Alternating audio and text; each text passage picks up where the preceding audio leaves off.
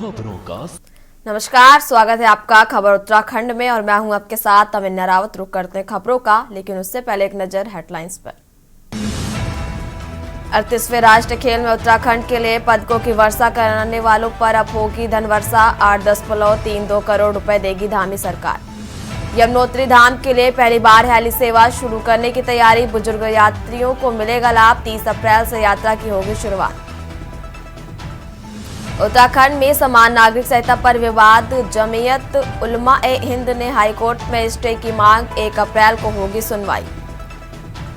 प्रदेश की अकादमी और सरकारी वेबसाइट पर हो रहे चीनी हमलों को रोकने के लिए ऑटो सिस्टम लगाने की तैयारियां। वन कर्मियों की छुट्टियां रद्द। विशेष परिस्थितियों में ही मिलेगा अवकाश। वन मुख्यालय ने आदेश जारी किया।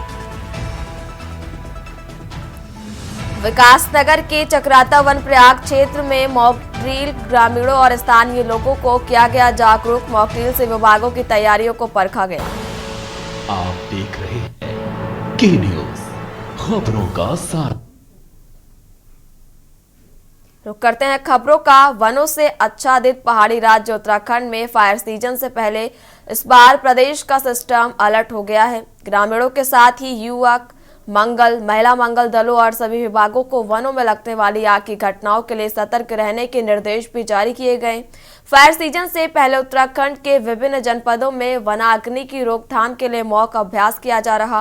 राष्ट्रीय आपदा प्रबंधन प्राधिकरण एवं उत्तराखंड राज्य आपदा प्रबंधन प्राधिकरण ने मॉक ड्रिल के तहत प्रदेश के अलग अलग जिलों में विभिन्न स्थानों पर वनाग्नि नियंत्रण के लिए इंसिडेंस रिस्पांस सिस्टम IRS के तैयारियों को परखा जा रहा। उत्तराखंड में 15 फरवरी से फायर सीजन की हर साल शुरुआत हो जाती है और एक दिन पहले मुख्यमंत्री पुष्कर सिंह धामी ने भी उत्तराखंड आपदा प्रबंधन प्राधिकरण IT पार्क देहरादून में वनाग्नि नियंत्रण के लिए सामुदायिक केंद्रीय मॉक ड्रिल में भाग लिया। और एक ओर सरकार फायर सीजन के लिए इतनी तैयारियां कर रही है, तो वहीं इस कार्य में प्रमुख रूप से लगे रहने वाले वन विभाग के फॉरेस्ट गार्ड ही कार्य बहिष्कार पर चले गए हैं। पहले संकेतित हड़ताल पर कर्मचारियों ने अब कार्य बहिष्कार शुरू कर दिया, जो कहीं न कहीं विभाग और सरकार की टेंशन बढ़ा रहा है। देखिए हमारी खास रिपोर्ट में।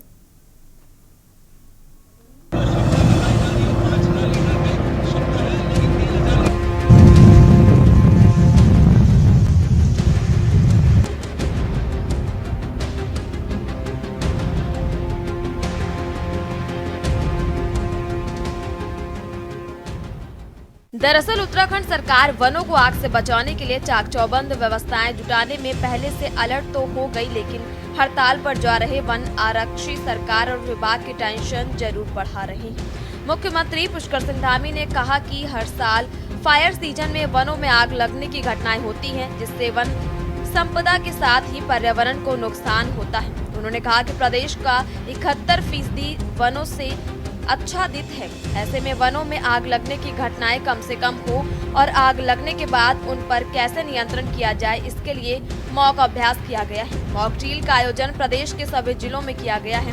वनाग्नि रोकथाम के लिए भारत सरकार का गृह मंत्रालय, PM कार्यालय, NDMA, SDRF, सेना के साथ ही स्थानीय युवा, छात्र, जनप्रतिनिधि आदि को जागरूक किया जा रहा है। जो पिछले अनुभव रहे हैं उनसे सीख लेकर इस बार फायर सीजन में वनों में लगने वाली आग को कम से कम किया जाएगा।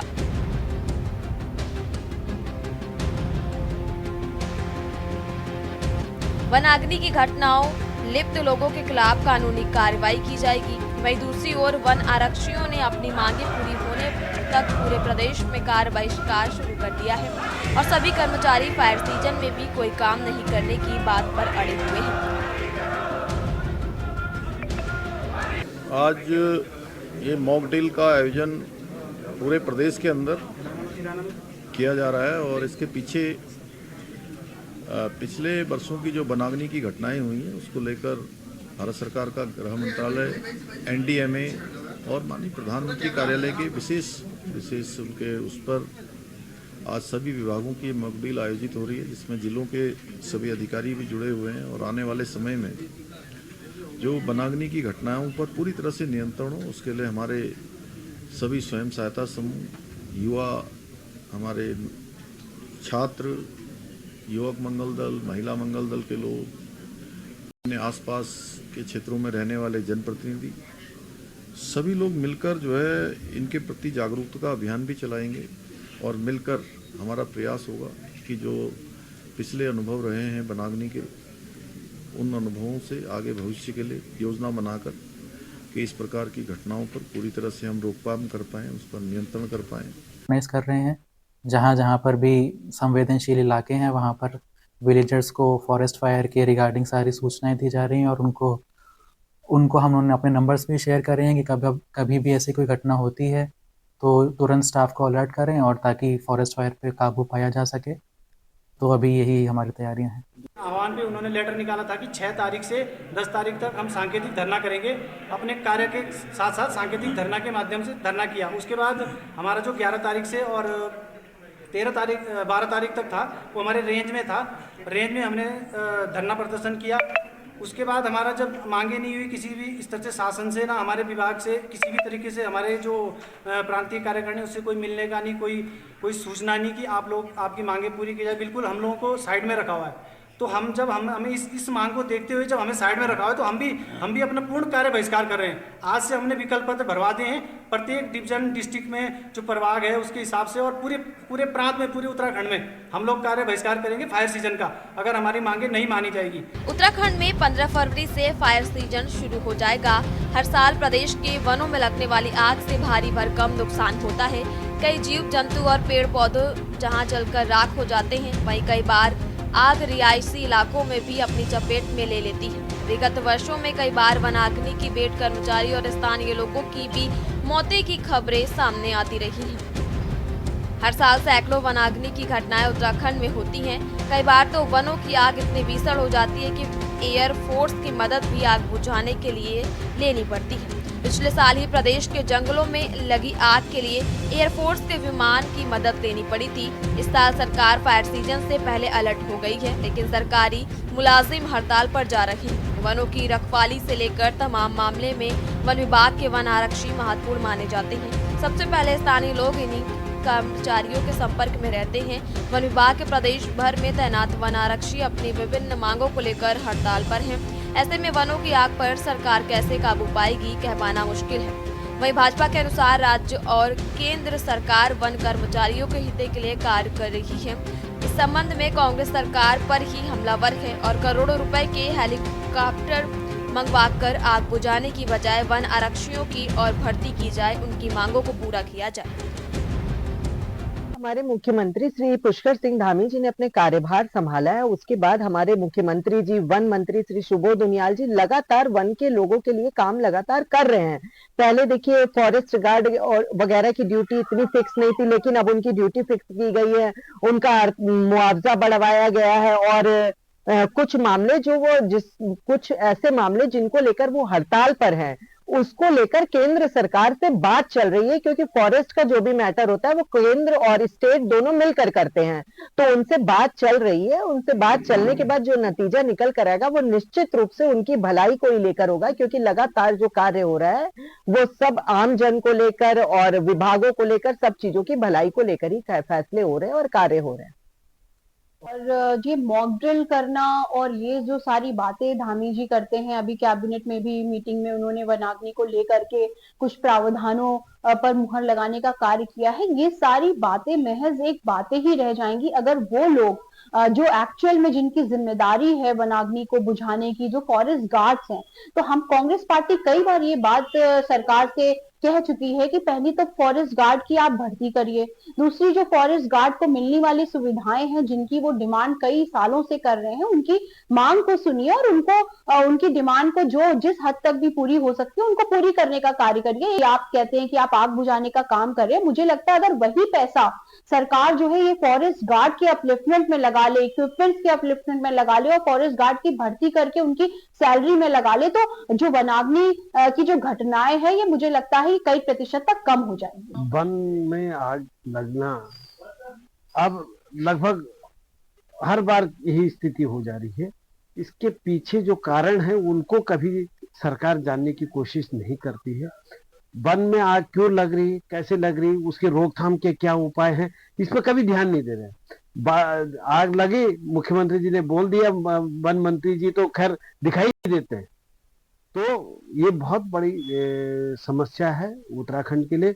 हमारा पर्यावरण नष्ट हो रहा है, वन नष्ट हो रहे हैं और सरकार के ध्यान नहीं दे रही है। अधिकारी कोई कहना नहीं मानते हैं।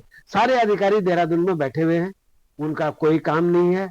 वो इस पर यदि ध्यान दिया जाए तो निश्चित रूप से इन वन की जो आग लगी है, अभी तो इतनी गर्मी भी नहीं है, अभी आग से भीषण स्थिति पैदा हो जा रही है। तो ये बहुत दुर्भाग्यपूर्ण है उत्तराखंड जैसे वन प्रदेश के लिए। आपको बता दें कि उत्तराखंड में लगातार वन अग्नि और वन जीवों की घटनाएं लगातार बढ़ती जा रही हैं, जिसकी वजह से अब तक राज्य को करोड़ों रुपए का नुकसान भी हो गया है। और यही वजह है कि सूबे के मुख्यमंत्री पुष्कर सिंह धामी ने तमाम आला अधिकारियों के साथ हाई लेवल मीटिंग भी बुलाई है। कड़े निर्देश के बाद अधिकारियों को ये सूचित किया गया है कि जनप्रतिनिधियों के साथ वो कोऑर्डिनेशन बनाए रखें, ताकि आने वाली गर्मियों में वन जीव और वन अग्नि की घटनाओं को कम किया जा सके।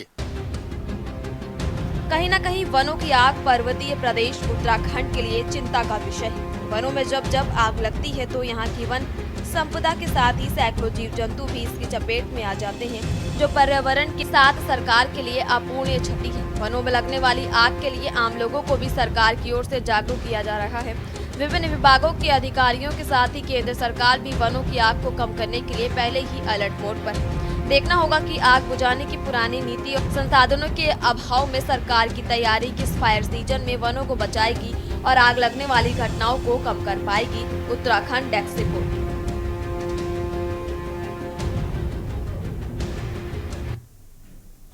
और खबरों का सिलसिला लगातार जारी रहेगा। फिलहाल यहाँ रुकेंगे एक छोटे से ब्रेक के लिए, जल्द हाजिर होंगे। आप देख रहे हैं के न्यूज़, खबरों का सारथी। अब एक के बाद एक बार फिर रुक करते हैं खबरों का। उत्तराखंड हाई कोर्ट ने राज्य सरकार द्वारा किच्छा नगर पालिका का आरक्षण तय होने के बाद भी चुनाव नहीं कराए जाने के मामले पर सुनवाई करते हुए कोर्ट की खंडपीठ ने राज्य सरकार से 2 दिन में ये बताने को कहा कि जब आरक्षण तय हो गया है तो चुनाव क्यों नहीं हुए। सुनवाई के दौरान याचिकाकर्ता ने कोर्ट को अवगत कराया कि किच्छा नगर पालिका में पिछले 1.5 साल से प्रशासक के द्वारा ही समस्त कार्य किए जा रहे हैं और सभी नगर पालिकाओं का चुनाव हो चुका है, लेकिन किच्छा नगर पालिका का चुनाव अभी तक नहीं हुए। बता दें कि किच्छा निवासी नईमुल हुसैन ने याचिका दायर कर कहा कि सरकार ने 14 दिसंबर को प्रदेश के 43 नगर पालिका अध्यक्ष पदों के लिए प्रस्तावित आरक्षण की अधिसूचना जारी कर उसमें आम जनता से आपत्तियां मांगी थी, लेकिन इस अधिसूचना में किच्छा नगर पालिका अध्यक्ष के आरक्षण का उल्लेख नहीं था, जिससे ये आशंका है कि सरकार वहां नगर पालिका चुनाव टालना चाहती है।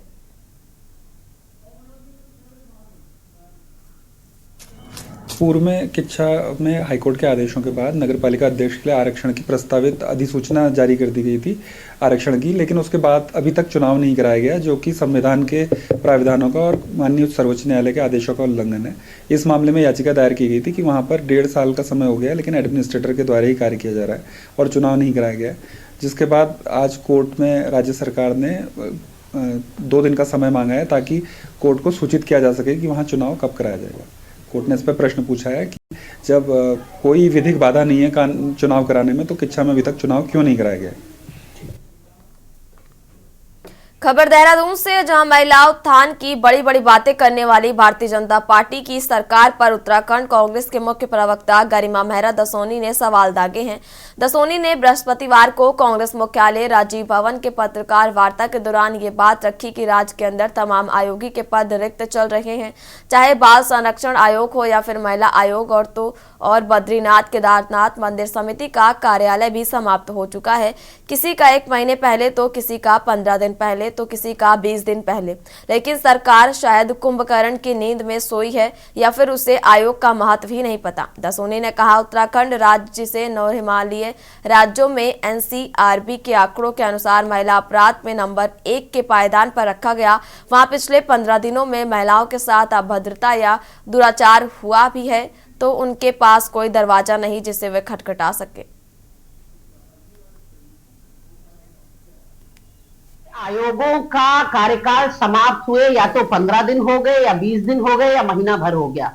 महिला उत्थान की बड़ी बड़ी बात करने वाली भारतीय जनता पार्टी, जो महिला हितैषी अपने आप को बताती है और महिला सशक्तिकरण की बात करती है, आज उस महिला आयोग में कोई अध्यक्ष पद पर नहीं है, आज बाल संरक्षण आयोग में कोई अध्यक्ष पद पर नहीं है, आज बीकेटीसी का कार्यकाल समाप्त हो चुका है। खबर देहरादून से, जहां पुलवामा आतंकी हमले की 6वीं बरसी पर उत्तराखंड के सैनिक कल्याण मंत्री गणेश जोशी ने वीर शहीदों को नमन करते हुए भावभीनी श्रद्धांजलि अर्पित की। सैनिक कल्याण निदेशालय में आयोजित श्रद्धांजलि कार्यक्रम में उन्होंने पुष्प चक्र अर्पित कर शहीद जवानों को अपनी ओर से और प्रदेश के मुख्यमंत्री पुष्कर सिंह धामी की तरफ से श्रद्धांजलि दी।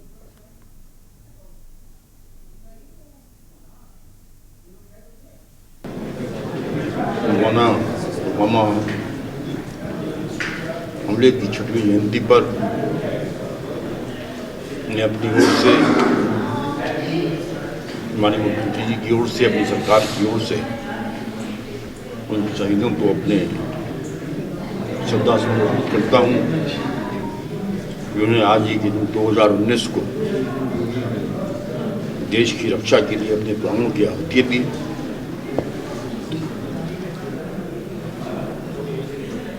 आज के दिन 2019 को हमारे 40 सीआरपीएफ के जवान छुट्टी काट कर वापस जा रहे थे और पाकिस्तान के एक आतंकवादी संगठन जैसे मोहम्मद ने उन निहत्थे जवानों पर कायराना हमला किया, जिसमें उनकी प्राण की आहुति हुई। हालांकि उसका बदला ठीक 12 दिन के बाद भारत की सेना ने सर्जिकल स्ट्राइक कर उनके कैंपों को तहस-नहस कर दिया। लेकिन हम हमेशा इस दिन को उन शहीदों को नमन करते हैं, उनको याद करते हैं। यही उनको सच्ची श्रद्धांजलि है। मैं एक बार फिर अपनी ओर से, अपनी सरकार की ओर से, हमारे मुख्यमंत्री जी की ओर से उन शहीदों को नमन करता हूँ, अपने श्रद्धासुमन अर्पित करता हूँ। खबर अक्सर से, जहां शादी विवाह रजिस्ट्रेशन एवं जमीनी की रजिस्ट्री का कार्य उप निबंधन से हटाकर ग्राम पंचायत स्तर के अधिकारियों को दिए जाने के विरोध में अधिवक्ताओं ने लक्सर में रजिस्ट्री कार्य व तहसील वर्क का बहिष्कार कर हड़ताल शुरू कर दी।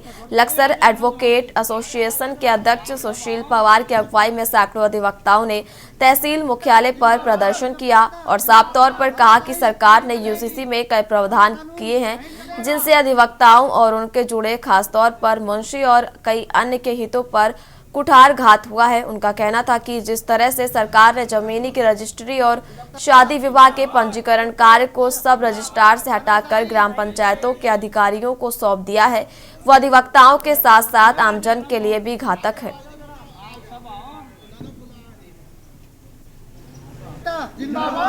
हम यूसीसी के विरोध में नहीं है। यूसीसी में कुछ प्रोविजन ऐसे दिए गए हैं, जैसे मैरिज रजिस्ट्रेशन यहाँ से छीन लिया गया, वसीयत यहाँ से छीन ली गई, गोदनामा वगैरह के रजिस्ट्रेशन यहाँ से छीन ली गए, और वो जो एक पंचायत का कर्मचारी है वो रजिस्ट्रेशन करेगा जो यहाँ राजपत्रित अधिकारी करता था। और इसी के साथ साथ रजिस्ट्री में ऑनलाइन जब किया जाएगा उसमें अधिवक्ताओं की भूमिका समाप्त की जा रही है। हम केवल अधिवक्ताओं की भूमिका समाप्त किए जाने का विरोध करते हैं। यूसीसी में कुछ ऐसे गलत प्रावधान किए गए हैं और ये सरकार की गलत नीति है। अधिकारियों के आधार पर ये सरकार चल रही है। आंख बीच करके जो अधिकारी पास कर देते हैं वही बिल सरकार मान लेती है। यूसीसी में जो गलत प्रावधान किए गए हैं, जैसे वसीयत है, गोदनामा है, ये मैरिज जो रजिस्ट्रेशन करते हैं, वो सारे प्रावधान हटा दिए गए और एक ये ब्लॉक स्तर पर एक अधिकारी को, कर्मचारी को सौंप दिए गए हैं जो उनका निर्वहन करेगा, जिसकी बाबत सत्यनिष्ठा भी संदिग्ध होगी। विकास नगर अंतर्गत चक्राता वन प्रयाग क्षेत्र में फायर सीजन को ध्यान में रखते हुए वन विभाग, राजस्व विभाग, एसडीआरएफ और आपदा प्रबंधन टीम ने जंगल की आग से निपटने के लिए एक मॉक ड्रिल की। इस दौरान आग बुझाने की आधुनिक तकनीकों और उपकरणों का प्रयोग भी किया गया और इस अभ्यास में विभिन्न संसाधनों के जरिए आग पर काबू पाने और आपदा की स्थिति में हताहतों को समय से उपचार उपलब्ध कराने सहित तमाम तरह की रणनीतियों का प्रदर्शन किया है। वन अधिकारियों ने स्थानीय ग्रामीणों को भी जागरूक किया और आग लगने पर तुरंत सूचना देने की अपील भी की, जिसको लेकर डीएफओ कालसी के एल भारती ने कहा कि विभाग की टीम हर स्थिति के लिए तैयार है। फायर सीजन के लिए जो पूरी तैयारी चल रही है। अभी आज जैसा कि आप लोग अवगत ही हैं कि यहाँ कालसी के थोड़ा सा 4 किलोमीटर आगे चकराता डिवीजन के कार्य क्षेत्र में एक संयुक्त रूप से 6-7 विभागों का fire drill, mock fire drill जो है हुआ है और वो बहुत ही सफलपूर्वक किया गया और सारे विभागों ने उसमें बढ़ चढ़ कर हिस्सा लिया। तो हमारी पूरी तैयारी है और आगे भी तैयारी रहेगी। हम ग्रामीणों को अपने साथ जगह जगह मीटिंग करके उनको जोड़ रहे हैं। ग्राम स्तर पे मीटिंग कर रहे हैं, रेंज स्तर पे मीटिंग कर रहे हैं, डिवीजन स्तर पे मीटिंग कर रहे हैं। तो फायर की हम पूरी तैयारी में लगे हुए हैं। उत्तराखंड की खबरों में फिलहाल इतना ही। आप देखते रहिए के न्यूज़ इंडिया। नमस्कार। आप देख रहे हैं के न्यूज़, खबरों का